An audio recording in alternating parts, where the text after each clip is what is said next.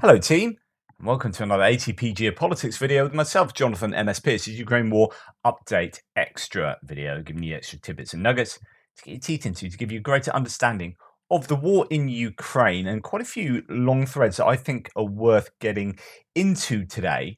I'm going to start with Dimitri from War Translated, who's looked at one of these propagandists reacting to Evil Gherkin's arrest and other prominent ultra nationalists in the community. It's interesting how they are being labeled as sort of fascist scum, as if like there's any differentiation between any of these people who are calling for genocide.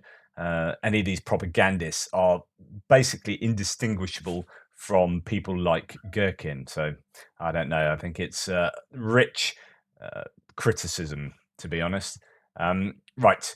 Russian officials are cracking down on turbo patriots, volunteers, and other fascist scum, quote, fascist scum, as claimed by Solovyov's live show following the arrest of Gherkin. The host of the show says it's time to clear this space and only run fundraisers officially. This messaging is important as it could be interpreted as a, quote, declaration of war against all those endless Telegram admins and volunteers who raised funds for the Russian army but allowed themselves to criticize the authorities over the past 1.5 years. Transcript of the bit. So this is the Russian propagandist. I don't think it's Solovyov himself. I think it's this chap here, but on Solovyov's show, he says, "Who are you? All these Strelkov, Gherkins, Gubarevs, Podolyakas, Montians. Who are you to be pointing to us what Putin, the MOD, and others should be like? Who are you? We already survived Navalny, Yashin, and other scum, and we will survive you, believe me. We have a very strong immunity. But the question is, who are you? I realize that Navalny's network didn't go anywhere, and the smelly fascists are hiding in holes. All this scum, the black hundreders, monarchists, all this badly smelling mess with a very strong inclination towards fascism. They all exist, including Navalnists, and as soon as something catches fire, they come for the smell. You know, as soon as a compost pile appears, the flies are already there, yelling, shame, shame, coming out to the protest events. Who are you to call for protests in Moscow? Right, it's a bit of a sidebar here. I showed you this morning how when Igor Gherkin was arrested, he had his mate Pavel Gubarev, who was making some kind of press conferencey thing outside the courts, who was himself arrested. And when he was arrested, the supporters he had there, and possibly some of the journalists, I don't know, but people were calling shame, shame, as he was sort of led away. That's probably what this chap is referring to here. To continue, look at their Telegram channels. Half of them are, and he gives a Ukrainian slur. What's happening in their comments is just beautiful. I think that what's happening now is very characteristic. I think they all need to get ready. All the people in the network, the patriotic literature gopniks, they need to watch carefully. I'd recommend them to visit a solicitor and just in case organize their property in case I'm arrested and so on, which is interesting. So back to me again. This is this propagandist throwing out a really big warning to say, hey, you're not going to be the only ones, Gherkin and Gubarev. There will be many more who must be, staying away from windows and locking their doors because the authorities are coming for you. He continues, or maybe buy tickets somewhere to Tbilisi. It's just the right time because the clearing of the space is beginning. And they think they have the right. Strelkov was arrested, but he's a patriot. Scare quotes, patriot. The patriots have indulgence. Can they throw mud at anyone they want? They're not defending Strelkov. They're defending themselves and their fundraisers. It might soon end. And even Kasia Ravrova, the Russian female blogger, will be washing toilets in the Duma. The only thing she knows how to do and always did. And offer tea. Hello, please. It's warm. So this is him obviously being somewhat misogynistic, it appears. So just to throw him with all the other ists, I think this person almost certainly is. He continues, that's all they know how to do. They didn't become the Counts of Monte Cristo. They'll have to retrain to not even become site managers, but site cleaning managers. I emphasize again, we need a total clearing, brutal military censorship. Any any fundraisers only via state resources. But again, get ready. All the gramophone maniacs, so the graphomaniacs and mediocrities, lovers of military coups, Maidans, and all that. We won't allow a Maidan. I think this is interesting for several reasons. First of all, this shows that there is a schism in the information space. This is an admission that things aren't going smoothly, that there is this tension between the Russian MOD and ultra nationalist military bloggers who ostensibly should be really in support of the MOD, but feel the Russian army has done so poorly, hasn't been nearly good enough, nearly strong enough, and nearly robust enough in destroying Ukraine, that they are criticizing the MOD. And then you have these people sort of uh, towing the party line in terms of the Kremlin party line, fighting back against such voices and saying, well, they need to be silent. So, one of these interesting indications here, or something that this shows, really is that the Russians aren't very good at freedom of speech. And it's just hilarious when the Russian voices on my, or pro Kremlin voices on my threads, have a go at, say, Zelensky when he does something in terms of um, trying to control the information space and trying to constrain some of the Russian narratives. When the EU, for example, defunds RT, Russia Today, and Russia Today has to pull out the EU, they're like freedom of speech, freedom of speech, and here's like a state endorsed propagandist saying, I emphasize again, we need a total clearing, brutal military censorship, right? I presume the pro Kremlin shills in my thread support this, right? And if you don't, I mean, this is coming from your propagandists who are espousing the Russian state narrative.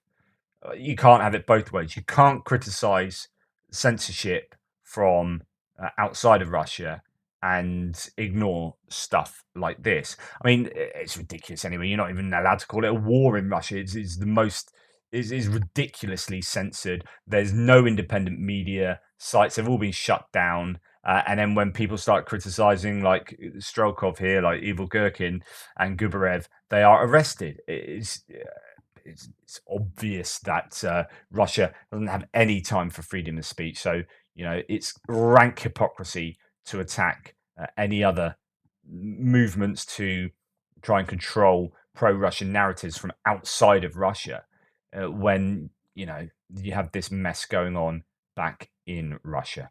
So anyway, there will be a lot of fallout to Evil Gherkin being arrested, and he won't be the first. Sorry, he won't be the last for sure. As we saw with Gubarev, his mate also being arrested, but there will be others surely to come. This is a pretty big thread here from Michael Weiss, referring to Carl. Now, someone could maybe enlighten me. I don't really know who Carl is, but it's obviously some expert that he often refers to, because he says this is a new Carl thread on the developments in Ukraine and Russia, as told to Holger Runemar, who's an investigative journalist, and me. Pushes back, as you'd expect, on the emerging conventional wisdom about the counteroffensive. So this is going to be an interesting insight to the counteroffensive. I presume this is a Ukrainian source that is giving their evaluation of what's going on. This is a long thread. We'll go through it. There'll be some talking points coming out of this that we'll pause to discuss. So to start, what he says, there have been no major changes to the front. Ukraine has been able to make very slow progress in 2 to 3 directions in the south. They've been able to advance even a bit more around Bakhmut. The pace is not very fast. Russia has concentrated relatively large forces between Crimea and Kupiansk, partly to reduce the pressure below Bakhmut. There, in a couple of districts, Russia has made minimal progress. Ukraine has continued to do what it did before, destroy logistics. Attacks have, again, very actively reached Crimea. That's aerial attacks he's talking about. A couple of days ago, a major destruction of a large ammunition depot. In the last hour, there was a report that a large ammunition dump near Simferopol was hit by a drone, and it is right now detonating. This process is continuing. Ukraine has two things interfering with them. Some progress has been made in that Russian artillery fire has remained weaker, especially in the south. This has been the main aim of Ukraine's activities. They continue to demolish, on average, about 25 artillery pieces a day. This is beginning to have some effect. Okay, I'm going to pause there because yet again, people like in my thread, Trevor, the Russian troll, coming up with nonsense saying, "Oh, the Ukrainian counteroffensive is a complete failure." And that is, they've done nothing, and it's demonstrably not true that they've done nothing. I can't remember exactly what it said, but the implication was that they're basically, yeah, just stuck without being able to achieve anything. What happened quite clearly, and this has been admitted by a number of sources, is that they did try to commit to proper full-scale attacks in that opening week, but ended up losing quite a lot of equipment. And so they stopped and adapted and said, right, we don't want to lose that equipment. I mean, there's some argument to say you just need to have a massive push through, absolutely obliterate somewhere with artillery and all sorts of munitions, and then punch through. You will lose a load, but overwhelm the defense and then get behind and then, take it from there. But they lost quite a few bits of kit in those opening days and decided, no, that's not how we're going to do it. And we're going to sit back. And now they are sitting back and they are achieving lots. They are doing exactly what this source says, which is destroying massive amounts of artillery, destroying huge amounts of supplies, logistics, oil, fuel that is ammunition, etc., destroying the trucks that are delivering those supplies, as well as the depots themselves, and hitting the artillery and troop accumulations and electronic warfare points and so on and so forth. So they are doing a lot of stuff at the moment. There is a huge amount of destruction. Andrew Petra on his live stream last night was talking about having evidence, like video evidence, of so many Russian pieces of kit being lost. They are definitely losing a lot of stuff. So the only question really then is, are they able to replace it? Do they have these endless stocks? Well, no, it doesn't seem so. They've been trying to get out like T-54s, T-55s and bringing them to the front. They don't have the stocks to replace them. And even if they are manufacturing some pieces of kit, they are not doing it at the rates that they need to replace the stuff they're losing. So it's not that it's about, what are the metrics you're using to evaluate success. And like I talked about with you before about goal-orientated, evaluations, you need to know your metrics of success depend on what your goals are. And the goals at the beginning were territorial, but within like 3, 4, 5 days, they stopped that, right? So those are not the goals now. So therefore, when you're saying it's a success or a failure, what like this Trevor chap is saying is it's a failure because I am assuming this is their objective, and that's no longer their objective. So you need to know what their objectives are, then what their goals are, to be able to accurately measure whether this counteroffensive, as it presently is, or this phase of the counteroffensive, is being successful or not. So my opinion is it is ground to a halt, although that's like loaded terminology, but it has stopped moving forward at great rates. You have maybe 3 areas where they're just kind of grinding away, but essentially the goal is knock out artillery, knock out supplies, knock out electronic warfare, knock out air defense systems. And then with that, they're also going to be knocking out other bits of kit like tanks and APVs and whatnot. But essentially, that's, and you've heard Chervati yesterday, and I reported that this morning, saying their number one goal is electronic warfare. So you've had someone else saying it's about air defenses as well. Yes, the Ukrainians need the air defenses, but they also need to knock out the enemy air defenses. And so, once you understand what their goals are, you can measure for success. And I think it is. This phase at the moment has kind of changed almost to back to a phase 0. They started the attack, then they said, okay, no, we need to do what basically we would normally do by air before you do an attack. And this whole thing, NATO would never do anything like this because you'd spend a month or so absolutely blitzing everywhere by air. So this is now going to take longer because you're going to have a month, 6 weeks, 2 months, however long it takes, of grinding down, degrading the Russian forces from a distance. And then once you've done that, it's like, right, now we can recommit. We can recommit to these proper, maneuvers and offensive maneuvers.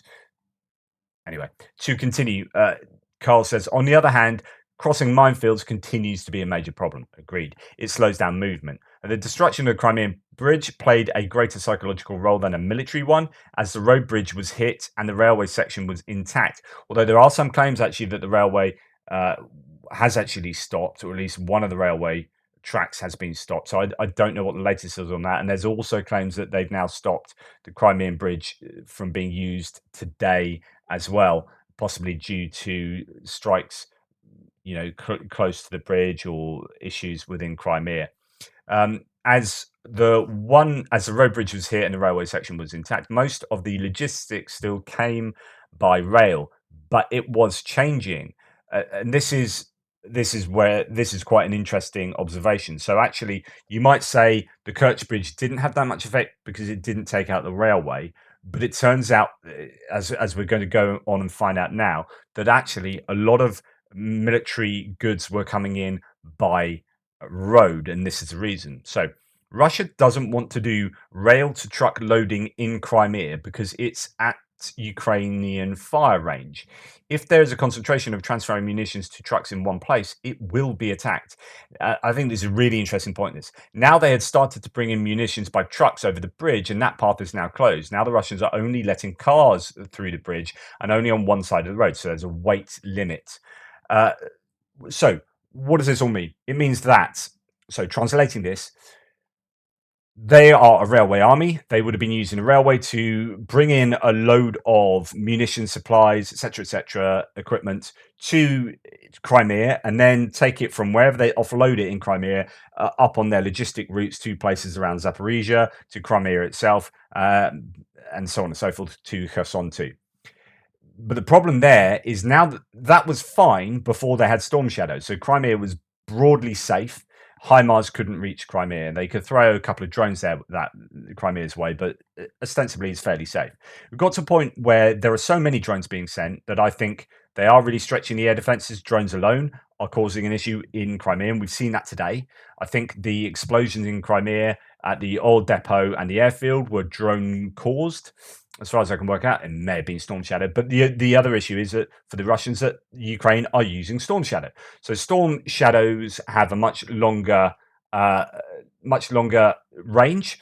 So I don't know exactly what the range is because they have official range limits, and then they may be kind of uninhibited because they had to fit within international agreements on ranges and so on and so forth. So that could have been tweaked, but nonetheless, it appears that any place, broadly any place, or at least most useful places in Crimea, are within Storm Shadow range. So bringing stuff in by rail, coming to a train station and offloading at one place all that equipment at once means that is going to be prime Storm Shadow target. And that is not what Ukraine, what Russia wants to happen. My computer seems to be going absolutely nuts. I'm not touching it. Let's change this. Yeah, so you can't unload in Crimea. It's that simple. Unloading by train means that you're going to lose a load of equipment because it will be hammered. So therefore, they are pulling stuff in they're unloading in, at a place in Russia outside of Storm Shadow range, putting it all on trucks and sending the trucks into Crimea. Carl continues, the official deadline for reconstruction is mid-September, but the Russians are always taking longer. Putin wants to use the Kupiansk direction as propaganda. He has given the task of putting direct pressure on Kharkiv so that the Ukrainians would feel that Russia wants to take Kharkiv. There is a disproportionate number of Russian soldiers in the north. So far, Ukraine seems to have been able to hold the line there without committing significant reserves.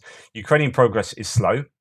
But again, last summer it took 3+ months before serious pressure was started on a much smaller area than now. Progress can occur when the enemy's firepower has become sufficiently weak, and this is like the whole point.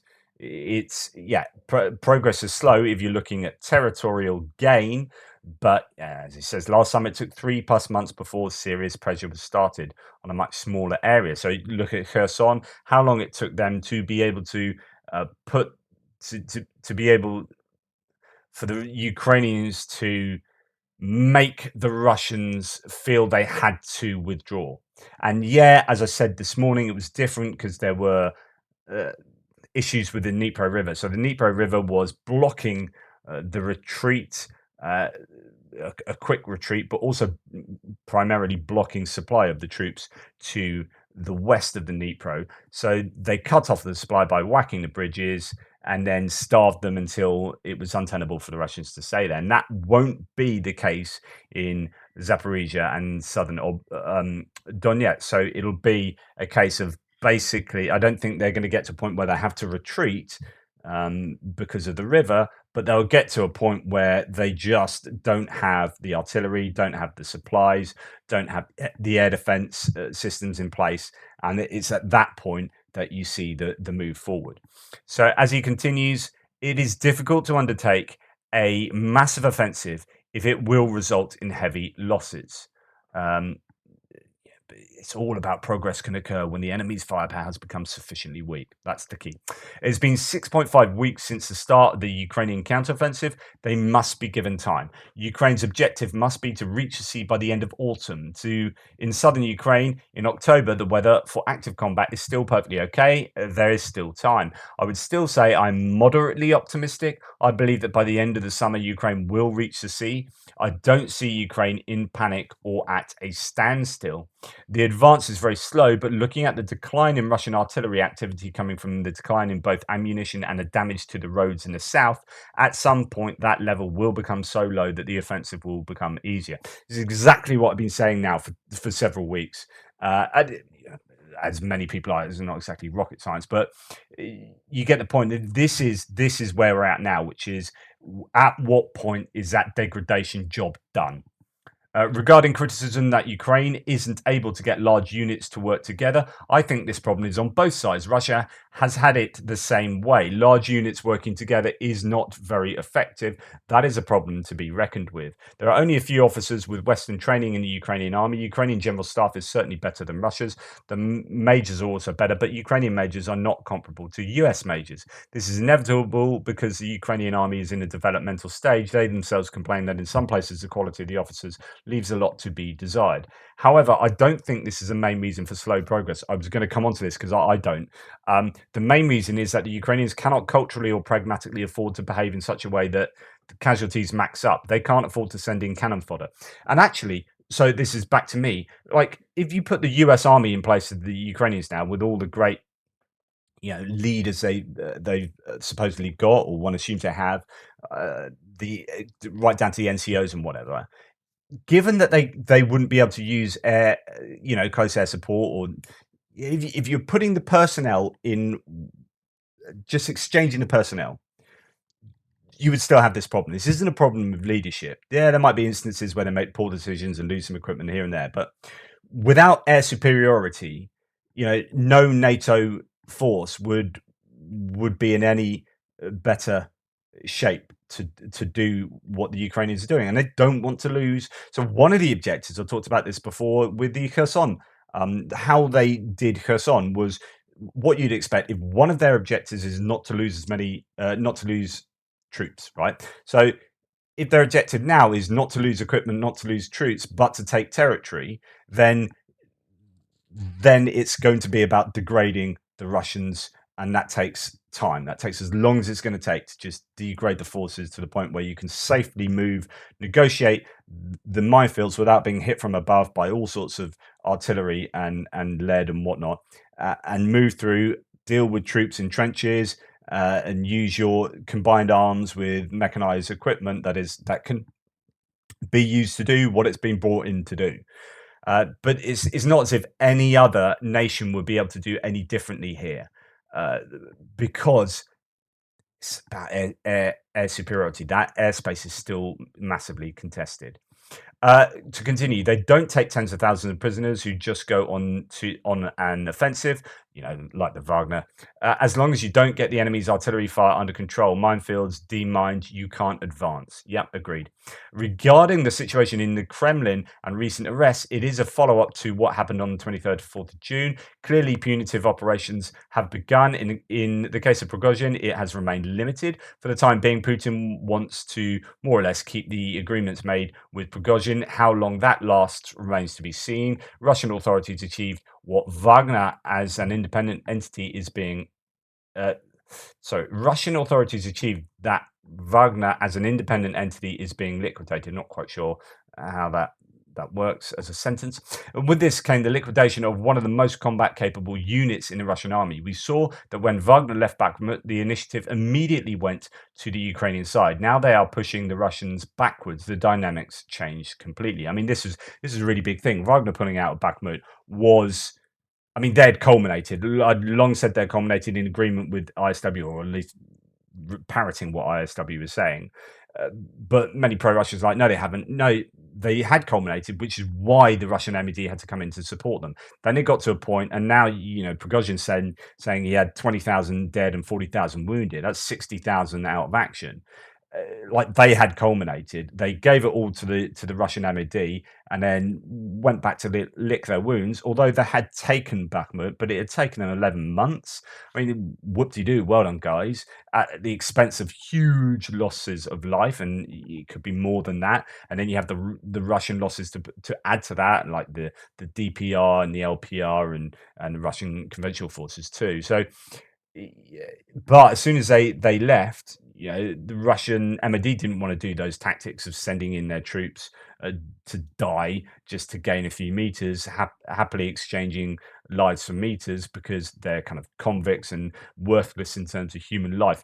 That's what Wagner were approaching the problem with, and so the Russian MOD didn't necessarily want to do that. Although they have been recruiting their own penal units to try and emulate that, they've just, yeah, they have suffered the Russians.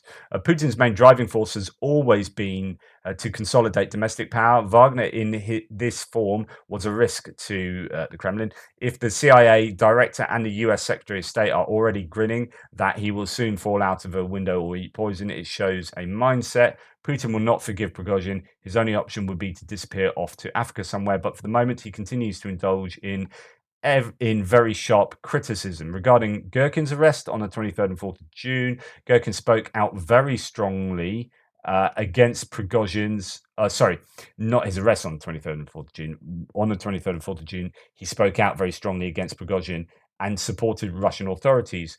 Difference with Prigozhin, he does not have his own units. That is, Gherkin doesn't control troops. Regarding in the last few weeks, Gherkin took a very sharp personal line against Putin, and then it was decided that he had crossed the line, exactly as I said, and many others, I'm sure, too. Now, these people feel that the more liberal wing of Russia has felt for years they are being taken down. Russia's domestic processes are not over. I don't see that the popularity of the war and the support for the war can increase. If Russia were to suffer a few more serious defeats on the front, those processes would all accelerate. For the time being, fragile domestic stability will remain. Prigozhin and Gherkin are visible faces, but there is much more discontent within the army and security structures. Several other generals have disappeared from the scene, but it remains to be seen how finitely they disappeared. The FSB head Beseda, for example, was indeed under house arrest for some time at the beginning of the war, but then returned to his post. I would not say that the current generals are out of the picture for good. What to watch in the coming weeks? The most important thing to see is what is happening with Russian logistics, ammunition stocks, artillery. On the front, the most important thing is to monitor what is happening in the south and around Bakhmut, where the Russian situation is very fragile. Ukraine itself needs to keep stability in the north, and that it does not have to move too much of its reserves there, which is precisely what I've been saying, right? Can they hold the Russians back on the Svatova axis, the Kupiansk to Crimea axis? without committing any of their reserves, their counteroffensive troops? Can they do it? There was talk about them using home guard to do that, and I think that's the right idea. Yeah, you concede some territory to the Russians. That's not a problem. It's not super important. It's all about the big picture. Yeah, you can have a few fields and a few, forest lines or whatever. Will keep you broadly in position, uh, and that will allow us to do what we're doing elsewhere, which will have more fundamental effect in the long run. Um, Yes, so he finishes off. I wouldn't worry about the Belarus issue. Yeah, I don't. 5,000 rather lightly armed Wagnerites are not a significant problem for Ukraine. Putin has escalated the rhetoric on Poland, but Russia does not have the resources to go to war with NATO. Of course not. I was saying this morning that Poland could knock out Russia now with the Polish army and all their new kit that they're getting. Now, as Thierry said to me in the threads, look, they don't have a lot of that kit yet. It's on the way. They've bought it. It's being ordered. True, absolutely true. They do have some of it though. There are HIMARS that have been delivered. There are some of the South Korean equipment, self-propelled guns and whatnot have been delivered, and and they're putting in orders consistently, like 96 Apache helicopters just yesterday. Uh, but the army as it is now, and probably the Polish army as it was 10 years ago, would be able to take out the Russian army. Forgetting the navy, the air force is the issue. But as far as the army is concerned, virtually the entirety of the Russian army is committed to Ukraine, right? And that could be taken out by, if Poland suddenly got, and of course it's never going to happen, but if Poland suddenly got involved and, I don't know, either invaded Belarus or invaded Russia proper, then I don't think that either the Belarusians and certainly the Russians would be able to do anything about that. I think the Polish would be able to walk through quite successfully. I mean, particularly Russia. There's just nothing left of the armed forces, and Belarus. You're always wondering how loyal to Lukashenko everyone really is there, and whether they'll all sort of crumble and have a kind of bit of a rebellion themselves if they were pushed to it. But fine. So yeah, that's the end of that thread. I thought that was a really interesting thread, and that's why I went through the whole lot of it. It was a big one. I've been speaking for an awful long time. I probably just got time to. Let's pop into this one actually. So this is the Telegraph has written actually because this is goes along, or it's almost like the foil to what we've just been talking about. Okay, this is Ukraine's counteroffensive is failing with no easy fixes. Again, but you need to have your objectives sorted out. So I think this is like it's failing because they're not taking land, and I envisage Richard Kemp. I envisage that success is about taking land. Well, ultimately it is. Yeah, that's your end goal, but you split that into sub goals, and I've been talking about this quite a bit recently, which is not about like Bakhmut was a success. Because it's fixing Russian troops and degrading, attriting them. So it's not about taking land, but it's about other things that will eventually allow you to take the land. And this is the whole rationale for what's going on presently in the south. And I think this guy's got it wrong here, but it's still worth having a look at some of what he says. So Ukraine is already outnumbered in every military capability. I would argue that its dire shortage of armored vehicles means that Kyiv is approaching this counteroffensive with immense caution. I would say that Russia has a dire shortage of armored vehicles. Many NATO supplied tanks and infantry fighting vehicles were knocked out during early probing attacks, and they are consequently holding most of the rest of their assets back to avoid too many more losses. Broadly agree with the general idea of that. That is understandable, yet only a bold, concerted assault with massed armor is likely to overcome the Russians. True, but not yet. Like, if you've got a choice of like attacking with 100 tanks and 200 IFVs, right? When you've got all these minefields, right? Like, and 6 weeks ago, when you had 25 pieces of artillery a day extra, so 6 weeks worth of 20 times 25 raining down on you, like, would you rather do that, or would you rather wait 2 months, destroy all the artillery, multiple launch rocket systems, self-propelled howitzers, self-propelled mortars, take out mortar teams and ATGM teams, blah, blah, blah, blah. Do all of that for 2 months and then used all that massed armor to attack. I'd rather go for the latter, thanks. So, yes, you do need to have those massed attacks, but do you know what? You don't have to do it right away. Only a bold, concerted assault with massed army is likely to overcome the Russians.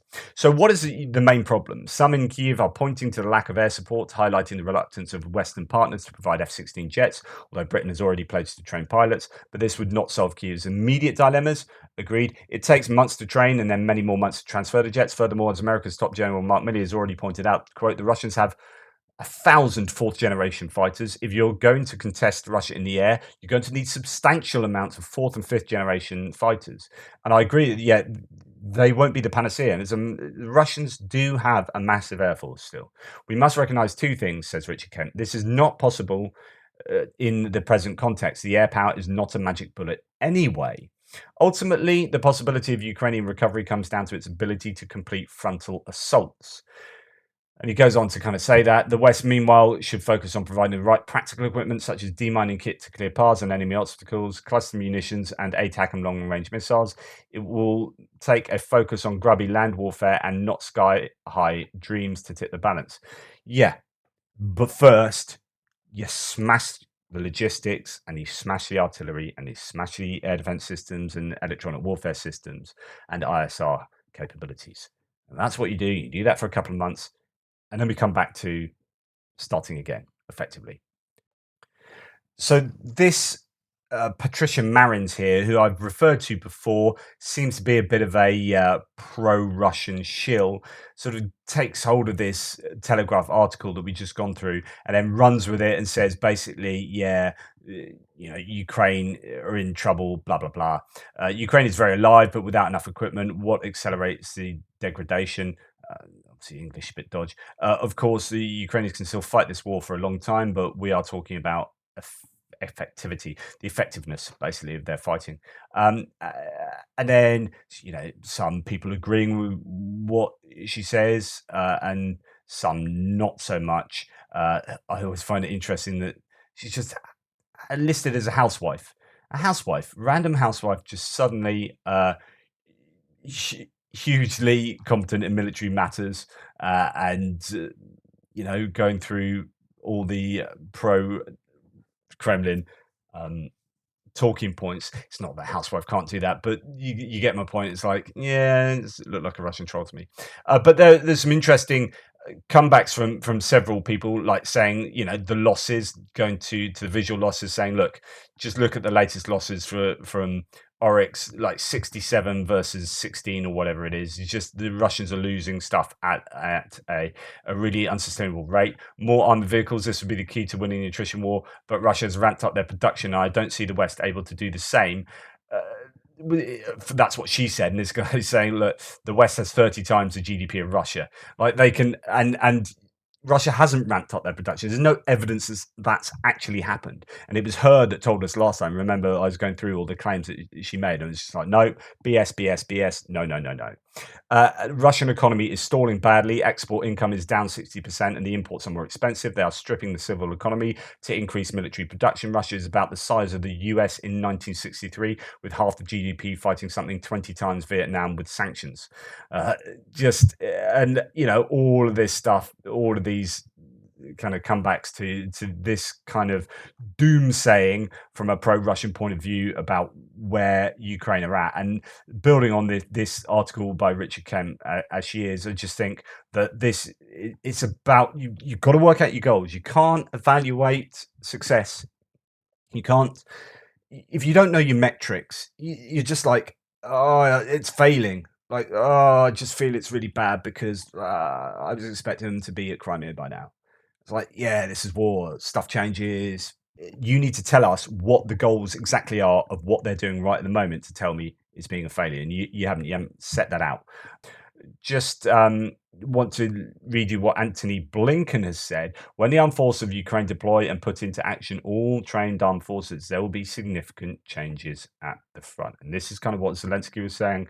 And he said it's going to happen soon. I don't know that it will. I think Zelensky was just being overly optimistic this morning. But yeah, when they commit everything to the front, they will do some serious damage to the Russians, and they will take losses themselves. It's just picking the right time to do it. So I'll probably leave it there. There's obviously more to say, but thanks for watching anyway. Please like, subscribe, and share. Let me know what you think about the topics discussed today in the thread below. Really appreciate your commenting. You're such a great community. Um, anyway, I'll speak to you tomorrow. Toodle pips.